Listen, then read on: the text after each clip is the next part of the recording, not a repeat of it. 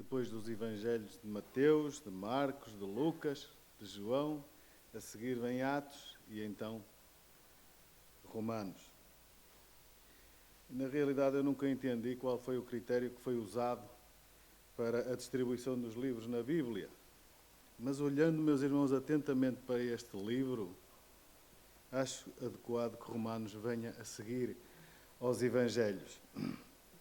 É porque, de uma certa forma, Romanos ajuda-nos a entender os evangelhos. É que, na verdade, os evangelhos falam-nos sobre a vida e obra de Jesus. Romanos ajuda-nos a compreender o significado da morte e ressurreição de Jesus. Até quase que poderia afirmar que Romanos explica os evangelhos. É das cartas mais longas que Paulo escreveu no Novo Testamento. E provavelmente escreveu-a em Corinto, durante a sua terceira viagem missionária, no ano 57. Reinava então o imperador romano Nero. Paulo dirigia aos cristãos em Roma, talvez a mais de uma igreja. E eu digo a mais de uma igreja porque naquele tempo não havia igrejas assim formadas como nós temos hoje, um templo, não é? Pois, naquele tempo os cristãos reuniam-se nas próprias casas e por isso é como se existissem muitas igrejas domésticas, não é? Células, como nós hoje lhes chamamos, espalhadas por toda a Roma, não é? Espalhadas por toda a Roma. E, ao escrever esta carta, Paulo tinha em mente que ela passasse por todas essas casas, por todas essas congregações e assim. Igrejas, meus irmãos, que provavelmente se iniciaram quando? Lembram-se? No Pentecostes. No Pentecostes. E certamente todos nos lembramos do que aconteceu no Pentecostes. Que o capítulo 2 do livro de Atos relata. O que é que aconteceu? Estavam em Jerusalém pessoas de todas as nações que eram conhecidas à época. E de todos os lugares, inclusivamente também estavam lá pessoas de Roma. E o que é que aconteceu? Ouviram o Evangelho. Ouviram o Evangelho e muitos o levaram no coração, converteram-se. Nós sabemos que foram 3.000 almas que se converteram. E quando voltaram para as suas cidades espalhadas pelo país, então o levaram. E por isso havia espalhadas por Roma diversas igrejas, pequenas congregações nos lares. Paulo nunca tinha visitado Roma. Mas no verso 10 desta carta ele mostra que esperava em breve visitar os crentes de lá. Mais adiante ele escreve que planeia levar o Evangelho em direção ao oeste, para a Espanha, e então, ao passar, iria parar em Roma. Ele diz lá no capítulo 15, verso 23, mas agora não tenho mais o que me detenha nestas regiões, e tendo já há muitos anos grande desejo de ir visitar-vos, eu o farei quando for à Espanha, pois espero ver-vos de passagem e por vós ser encaminhado para lá, depois de ter gozado um pouco da vossa companhia. Então Paulo planeava parar em Roma, ir às casas dos crentes, onde as congregações se reuniam, apresentar o seu trabalho missionário e levantar uma oferta para continuar. Mas o que é maravilhosamente excepcional, meus irmãos, nesta carta, é o seu conteúdo, que em essência é um só. Uma exposição do Evangelho cuidadosamente pensada. Distribuída por 16 capítulos em que o seu tema principal é o Evangelho. É o Evangelho. Portanto, meus irmãos, Romanos fala sobre o Evangelho e a sua grande ênfase é o seu ensino acerca da justiça de Deus. Uma justiça que está disponível para todo aquele que é justificado pela fé na salvação providenciada pelo Senhor Jesus Cristo. Na verdade, o versículo ou versículos-chaves encontram-se no primeiro capítulo, no versos 16 e 17, que nos ajudam a desvendar todo o significado do livro de Romanos. Diz assim no capítulo 1, versos 16 e 17: Porque não me envergonho do Evangelho de Cristo, pois é o poder de Deus para a salvação de todo aquele que crê, primeiro do judeu e também do grego, porque nele se descobre a justiça de Deus de fé em fé, como está escrito, mas o justo viverá da fé.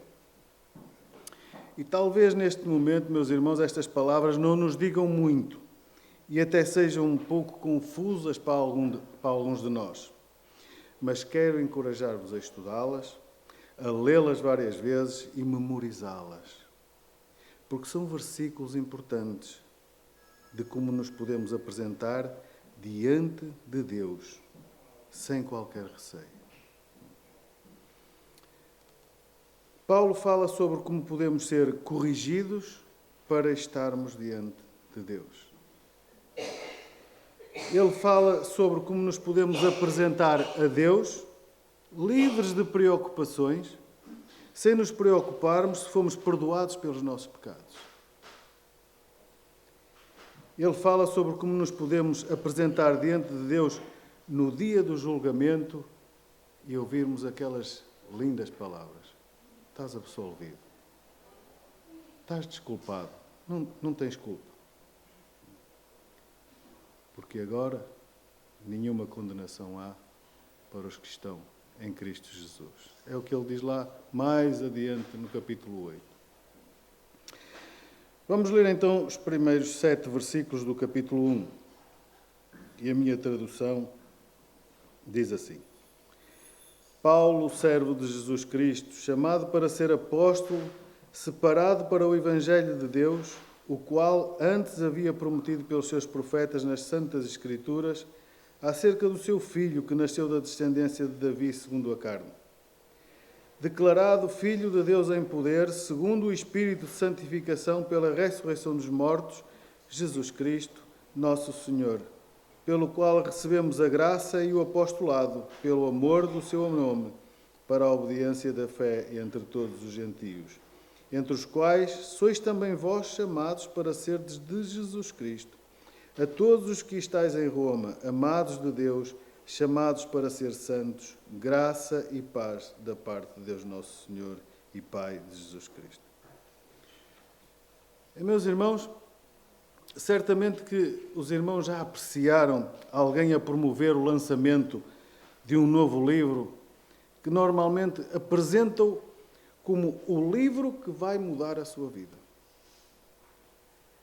Aqui há uns anos havia muito este costume de se apresentar os livros que eram bons para a nossa vida. Este livro faz assim, faz assado. Se ler este livro, ele vai mudar a sua vida. Esta é a melhor forma de chamar a atenção. Porque, infelizmente, meus irmãos, muitas pessoas não estão satisfeitas com as suas vidas e ficam logo curiosas num livro que pensam que lhes vai dar significado, propósito e satisfação para a sua vida. O melhor livro é este. Os publicitários sabem disso, não é? Mas cada qual puxa a brasa para a sua sardinha. E então eles apelam a este anseio que os consumidores têm, não é? De querer mudar a sua vida. Mas sabem, meus irmãos, correndo o risco de me repetir, este livro aos Romanos pode verdadeiramente mudar vidas. O interessante é que, apesar... E eu creio nisso, meus irmãos, não porque eu o quero vender. Eu não vos quero vender este livro. Vocês já o têm na vossa mão. Não é? Vocês já o têm na vossa mão. O interessante é que, apesar de nós já o possuirmos, e até de já o termos lido várias vezes, meus irmãos, será que nós já digerimos realmente o seu conteúdo? Já meditamos nele? Já o absorvemos nas nossas vidas? Mas, como ia dizendo, na verdade este livro de Romanos tem mudado a vida de muitas pessoas. Por exemplo, no verão do ano 386 da era cristã, existia um jovem que vivia uma vida bem desregrada. Aquilo que nós chamamos de uma vida mundana, ou coisa assim do género. Ele era profundamente envolvido nas coisas do mundo. Bebida, farras e coisas semelhantes. Mas a mãe dele era uma pessoa muito dedicada ao Senhor. E orou muito pela sua conversão para que ele conhecesse Jesus. Até que ele começou a despertar para as coisas espirituais. Mas não abandonava o mundo e também não estava muito certo de que o cristianismo era o caminho certo para ele. Então ele atingiu aquele estado miserável do filho pródigo, não é? Sem saber o que fazer da sua vida. Um dia ele estava sentado no jardim da casa de um amigo e chorava.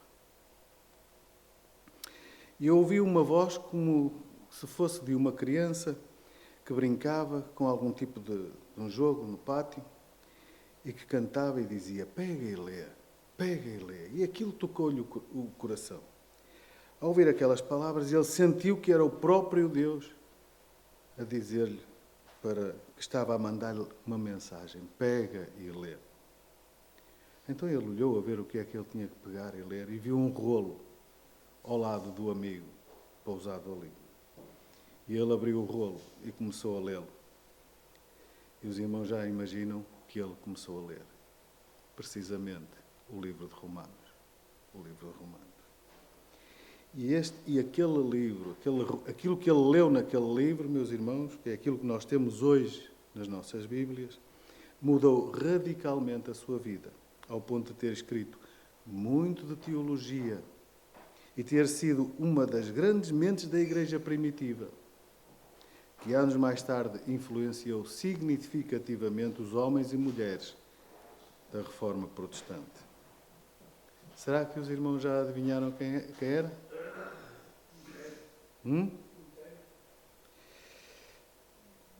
Esse também foi, mas é mais adiante. Agostinho de Hipona, ele faz este relato.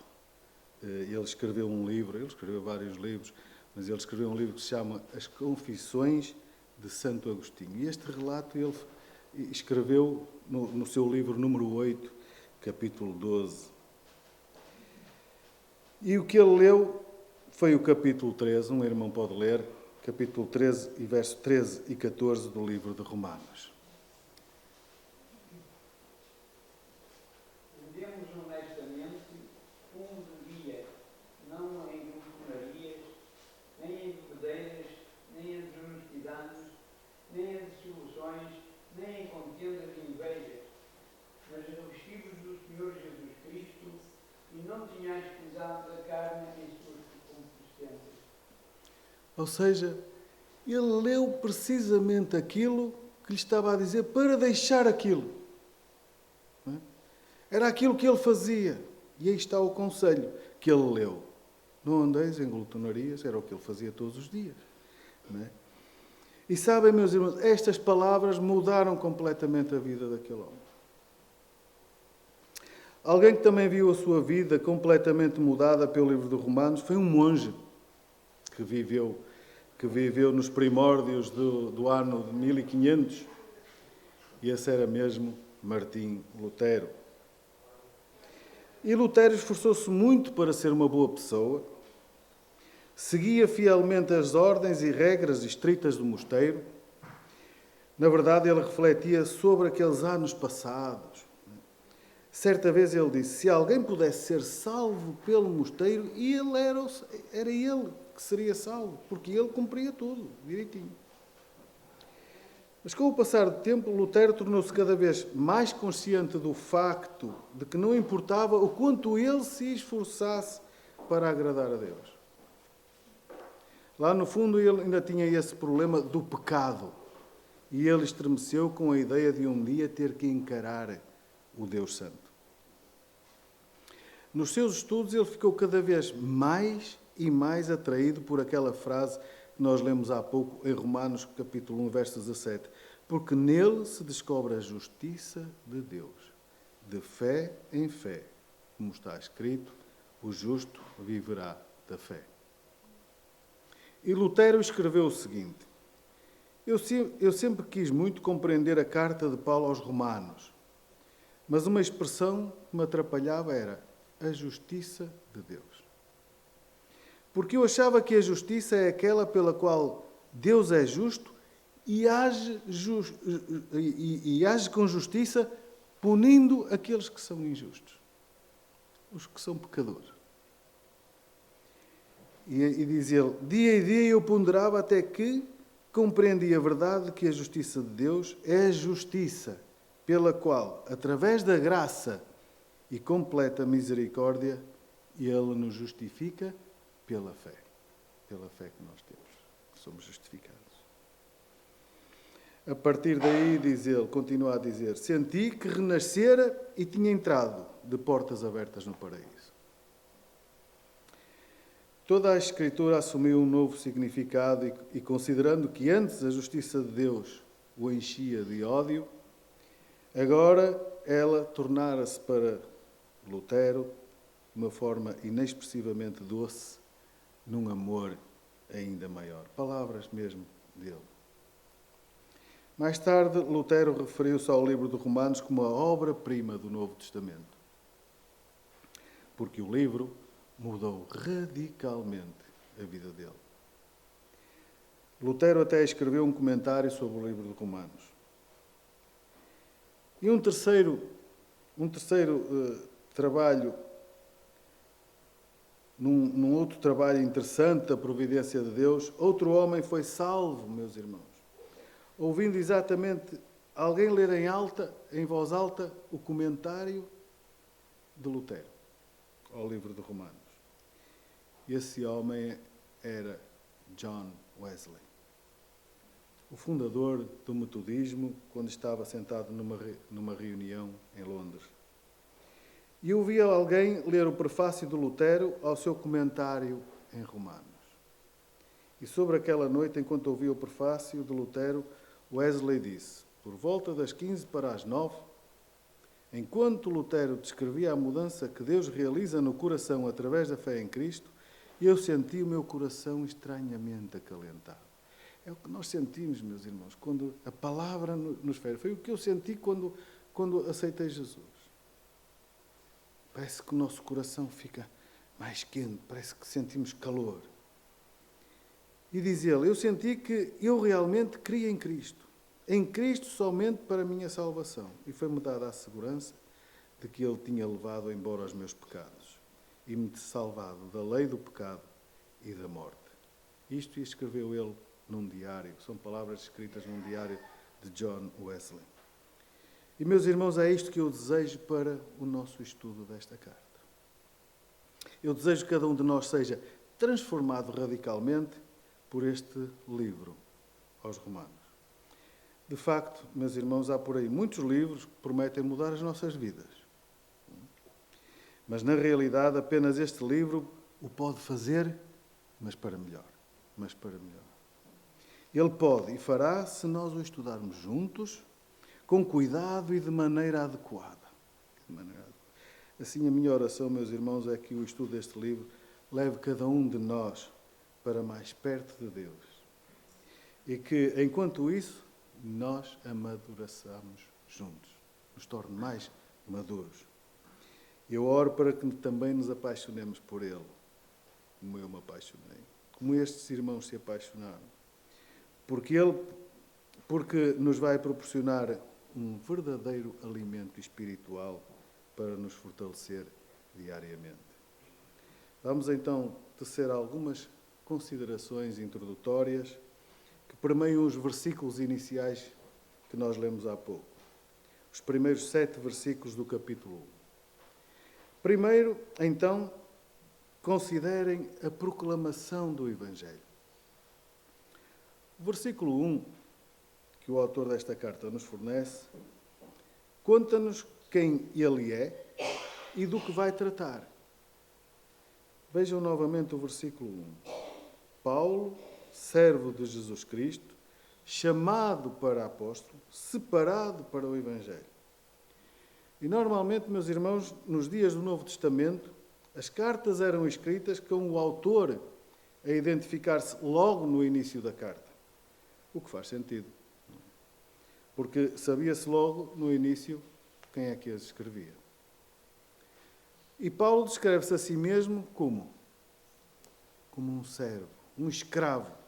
Um escravo de quem? De Jesus Cristo. E de facto, meus irmãos, é uma ótima maneira de se expressar. Porque antes de nós conhecermos a Cristo, nós somos escravos de quem? Do pecado. Antes de nós conhecermos a Cristo, nós somos escravos do pecado. Somos escravos do pecado e o que Paulo está a querer dizer, então, é que o que é que acontece? Que a sua lealdade mudou. Porque os escravos tinham que ser leais ao seu Senhor. E ele, sendo escravo do pecado, agora já não era. Era escravo de Cristo, então a sua lealdade mudou. Antes ele tinha um outro senhor. Antes ele tinha um outro senhor. Era um escravo do mundo e um escravo do pecado. Paulo era assim, como qualquer um de nós. Mas agora ele tem outro senhor. Agora ele tem outro senhor. Agora ele é um escravo do Senhor Jesus Cristo, a quem serve e serve-o com boa disposição. É assim que nós devemos ser, meus irmãos. Logo a seguir, Paulo descreve-se a si mesmo como chamado para apóstolo, separado para o Evangelho. E aqui ele refere-se ao seu chamado. Um chamado que nos é contado, aonde? Lá no capítulo 9 do livro de Atos. Os irmãos lembram-se daquela história? Lembram-se, com certeza. Antes de Paulo ser crente, o seu nome era Saulo. Saulo de Tarso, a cidade onde ele era nascido. E Saulo ia a caminho de Damasco com o propósito de prender e até matar os crentes.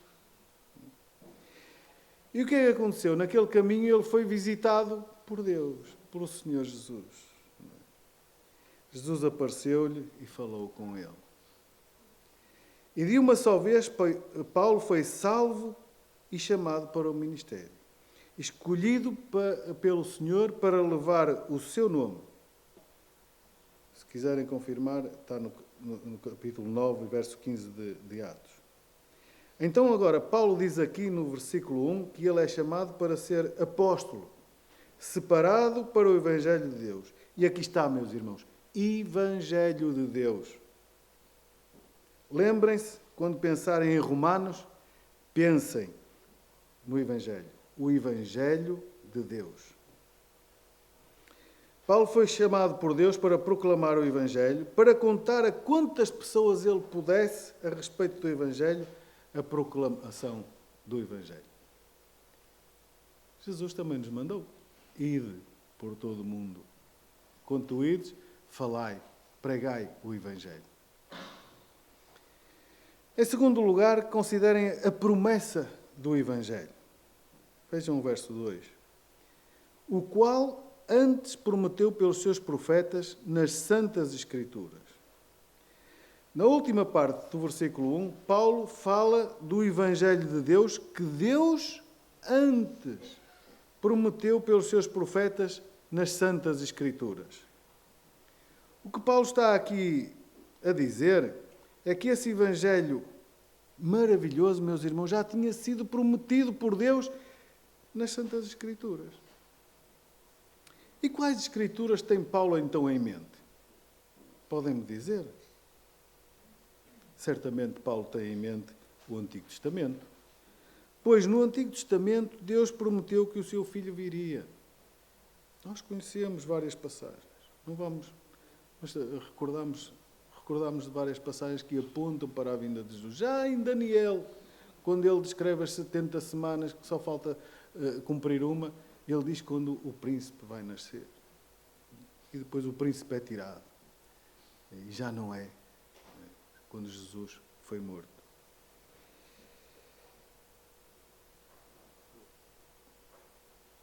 Então, não podemos deixar de reparar, meus irmãos, então, que há aqui uma continuidade do Antigo para o Novo Testamento. Eles andam juntos. Nós não podemos ler simplesmente o Novo Testamento e dizer que todo o Antigo Testamento é tão antigo, tão monótono. Vamos ler apenas o Novo Testamento. Não podemos dizer isso, meus irmãos. Deus tem uma história que se desdobra, que não pode ser compreendida adequadamente sem a sua leitura. Tem que ter o fio, tem que se puxar o fio à meada. Não é? Eu até acrescentaria, sem uma leitura costumeira. Temos que, costumemente, todos os dias, um bocadinho ler ambos os testamentos. E neste livro, Paulo cita o Antigo Testamento, meus irmãos, mais do que em todas as suas outras cartas. Há pelo menos 61 citações do Antigo Testamento neste livro de Romanos, de 14 livros diferentes, sendo que o livro de Salmos e de Isaías são os mais frequentemente mencionados. Os irmãos lembram-se que depois de Jesus ter ressuscitado, a Bíblia diz em Lucas, capítulo 24, que havia 2 homens que caminhavam de Jerusalém para a cidade de Emaús. Os irmãos lembram-se da história. E os irmãos também se lembram que a Bíblia diz que Jesus apareceu e o que é que ele fez? Andou ao lado deles. E Lucas 24, 27 descreve que, começando por Moisés e por todos os profetas, Jesus explicava-lhes o que dele se achava em todas as Escrituras. Desde Moisés até passando pelos profetas. Portanto, o Antigo Testamento já apontava para Jesus. E isso vê-se quanto mais se progride na leitura deste livro. E, na verdade, apontando para Jesus, conduz-nos para o terceiro ponto. E considerem a pessoa do Evangelho. Ou seja, de que trata o Evangelho? De que trata o Evangelho? Ou sobre quem é o Evangelho? Vamos ver os versos 3 e 4.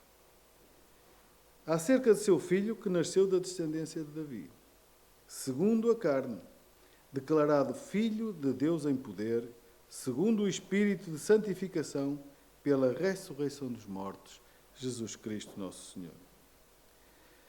Se os irmãos repararem aqui, nestes versículos, Paulo usa um conjunto de ideias que são opostas. O verso 3 conta-nos sobre a humilhação de Cristo. E o verso 4 conta-nos sobre a exaltação de Cristo. Num versículo há humilhação, no outro há exaltação. Vejamos o verso 3. Jesus Cristo nasceu da semente de Davi de acordo com a carne. É uma referência ao facto de que Deus deixou as glórias do céu para vir até nós, para nos salvar. Portanto, aqui há humilhação. Ele desceu até à terra, deixou a glória e humilhou-se. E humilhou-se. E nasce da semente de Davi. É isso que essa frase, segundo a carne, significa. Espero que os irmãos estejam a entender. Jesus estava na glória, deixou a sua glória e veio à terra, transformado num homem, num corpo perecível. Não é? Portanto, isso foi uma humilhação para ele.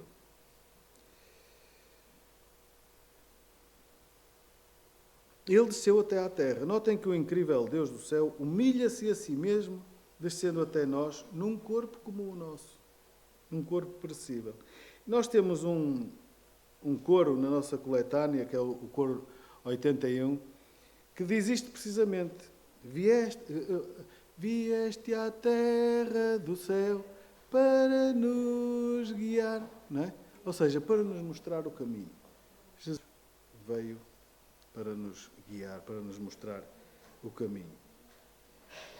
Portanto, o verso 3 é uma referência à humilhação de Cristo. Mas no capítulo 4 nós temos a exaltação de Cristo. Vejam que Cristo foi declarado Filho de Deus em poder. Em poder. E reparem no seguinte, o Filho de Deus em poder, ou seja, esse poder, ou a sua total extensão dele, não foi usado por ele quando veio para a Terra em humilhação profunda. Jesus não usou o poder divino que ele tinha para se promover.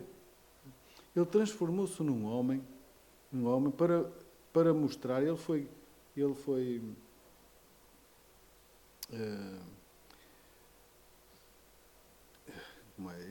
estava a faltar a palavra, quando o diabo o tentou, ele foi tentado. Hã? Exatamente. Jesus foi tentado como qualquer um de nós. Não é? No entanto, ele resistiu à tentação com a palavra do Senhor. Por isso é importante nós conhecermos a palavra do Senhor. Para quando nós formos tentados, também sabermos responder como Jesus respondeu. Nós até poderíamos dizer, meus irmãos, que Jesus se controlou a ele próprio, não é? Para não exercer todo esse poder divino que ele tinha. Mas a ideia do versículo 4 é que, através da ressurreição, e desde a ressurreição, então Cristo adquiriu novamente todo esse poder. Ou seja, aqui há exaltação. Jesus humilhou-se e depois foi exaltado pelo próprio Deus. Através da ressurreição, Jesus é declarado Filho de Deus, em poder, e isso ocorre segundo o Espírito da Santificação, que é o Espírito Santo. Portanto, meus irmãos, a sua humilhação ocorre no verso 3, de acordo com a carne, e a sua exaltação ocorre no versículo 4, de acordo com o Espírito. E estes versículos, meus irmãos, estão então ilustrados no nosso coro que falámos há pouquinho. Se os irmãos, não sei se os irmãos têm aí as vossas coletâneas, mas ele diz assim: vieste à terra do céu para me guiar. Ou seja, há aqui humilhação. E depois, e da terra foste à cruz, minha culpa pagar. Mais humilhação. Jesus mais humilhado na cruz. E depois diz, e da cruz foste à morte. Ainda mais humilhado foi. Não é? Mas então depois diz, e da morte para a vida. Aqui já há exaltação. O teu nome exaltarei. Mais exaltação ainda. Esta exaltação já somos nós que dizemos, o teu nome exaltarei. Portanto, meus irmãos, a maravilhosa pessoa do Evangelho, quem é? É a pessoa do Senhor Jesus Cristo. Assim, depois de considerarmos a proclamação do Evangelho, a promessa do Evangelho, a pessoa do Evangelho, isso conduz-nos ainda a mais uma coisa. Considerem o destino do Evangelho. Ou seja, para quem é esse Evangelho? Para quem? Verso 5. Pelo qual recebemos a graça e o apostolado para a obediência da fé entre todas as gentes pelo seu nome. Vejam a última frase do versículo 5. Entre todas as gentes. O Evangelho era para ser proclamado entre todas as gentes. Paulo parece estar a dizer aquilo que Jesus diz. Ide por todo o mundo, pregai a todas as nações. É para esses que é destinado o Evangelho. É para todas as gentes de todo o mundo. Literalmente a palavra, meus irmãos, é etnos, do grego. Palavra que deriva etnia, não é? É para todo o mundo. E depois o verso 6 diz, entre as quais sois também vós chamados para serdes de Jesus Cristo. Então Paulo diz então aos romanos o quê? Vocês são as pessoas para quem é destinado o Evangelho. Não é? Se ele está ali a dizer entre todas as gentes, e depois diz, entre as quais também vós. Também vós sois chamados para serdes de Jesus Cristo. É a mesma coisa que Paulo está a dizer. Vocês são as pessoas para quem é destinado o Evangelho. E, meus irmãos, ele disse o mesmo para nós também. Jesus Cristo disse o mesmo para nós também. O Evangelho é para todos. Estes primeiros 5 versículos falam só do Evangelho. Não é? E então, essa saudação abençoada que vem no verso 7, meus irmãos, uma saudação maravilhosa. A todos os que estáis em Roma, amados de Deus, chamados santos, graça e paz de Deus nosso Pai e do Senhor Jesus Cristo. Meus irmãos, não vamos fazer aqui uma análise exaustiva deste versículo, mas notem aqui algumas coisas. Primeiro, notem que os crentes são chamados como? Como? Por serem santos. Para serem santos. Para serem santos. Os irmãos sabiam que, sendo crentes, cada um é santo? Irmãos, nós somos santos de Deus. Crentes em Jesus, somos santos de Deus.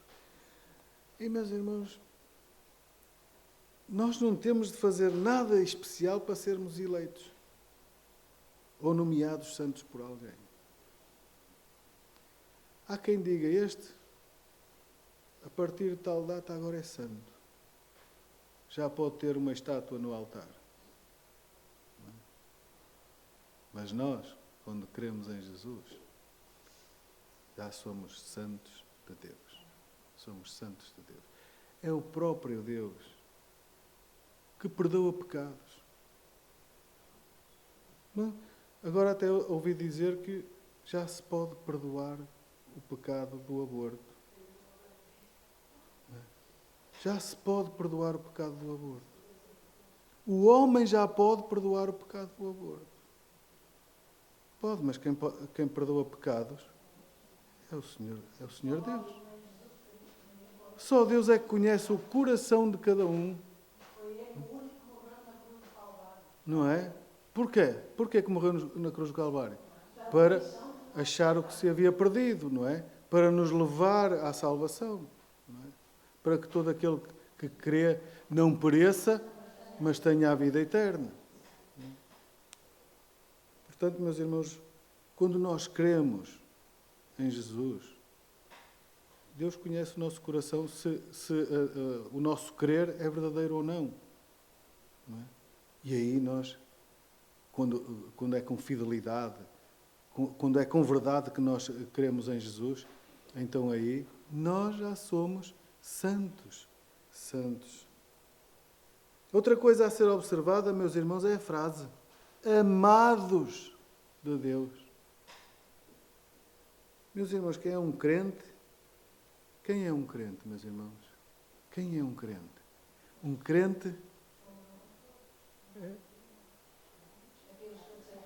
crente é alguém que é amado de Deus. É o que está ali escrito. E isso, meus irmãos, é tudo para mim. Espero que seja tudo para vós também. Como crentes, nós somos amados de Deus. Somos feitos filhos de Deus, co-herdeiros com Cristo. Deus vem até nós no nosso pecado e desperta a nossa fé. Ele faz brilhar a luz do Evangelho no nosso ser para que o ouçamos e o recebamos nas nossas vidas. Que amor o de Deus, meus irmãos, ao dar-nos este presente, o presente do seu Filho amado Jesus Cristo, que nos tornou amados de Deus, meus irmãos. Ficamos por aqui. Para a semana o nosso irmão pastor está cá e vai continuar. É ele que já continua. Esta foi só uma primeira apresentação do livro. As palavras maravilhosas que nós podemos retirar deles. E como ainda temos algum tempinho, eu pedia que cantássemos aquele coro que estávamos a falar há bocado, o coro 81 da nossa coletânea. Não sei se vocês têm.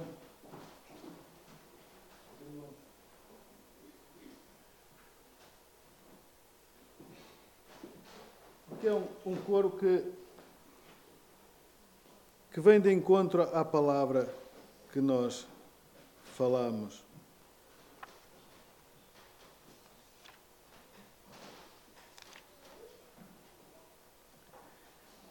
O teu nome exaltarei. O teu nome exaltarei. É um coro que nós conhecemos bem. O teu louvor para sempre cantarei. E esta gratidão que nós sentimos porque Jesus está em nós. Esta gratidão que nós sentimos porque Jesus nos salvou. Número 81. E isto aconteceu porque Jesus veio à terra do céu para nos conduzir, para nos guiar. E depois cá na terra ainda, ele foi à cruz para pagar a nossa culpa. E depois ainda foi à morte. E só daí então é que ele ressuscitou e foi para a vida. E é tão bom exaltarmos o nome do Senhor. Vamos então cantar. O teu nome exaltarei, teu louvor para sempre cantarei. Grato estou porque em mim estás, grato estou pois me salvaste. Vieste à terra do céu para me guiar e da terra foste à cruz minha culpa pagar.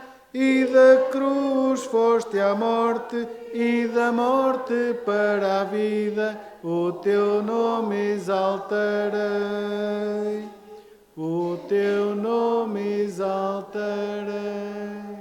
Obrigado, irmãos, pela vossa atenção, que o Senhor vos abençoe. Podemos cantar, os irmãos querem cantar outra vez? Vamos lá. O teu nome exaltarei, teu louvor para sempre cantarei. Grato estou porque em mim estás, grato estou pois me salvaste. Vieste à terra do céu para me guiar e da terra foste à cruz minha culpa pagar. E da cruz foste à morte, e da morte para a vida, o teu nome exaltarei,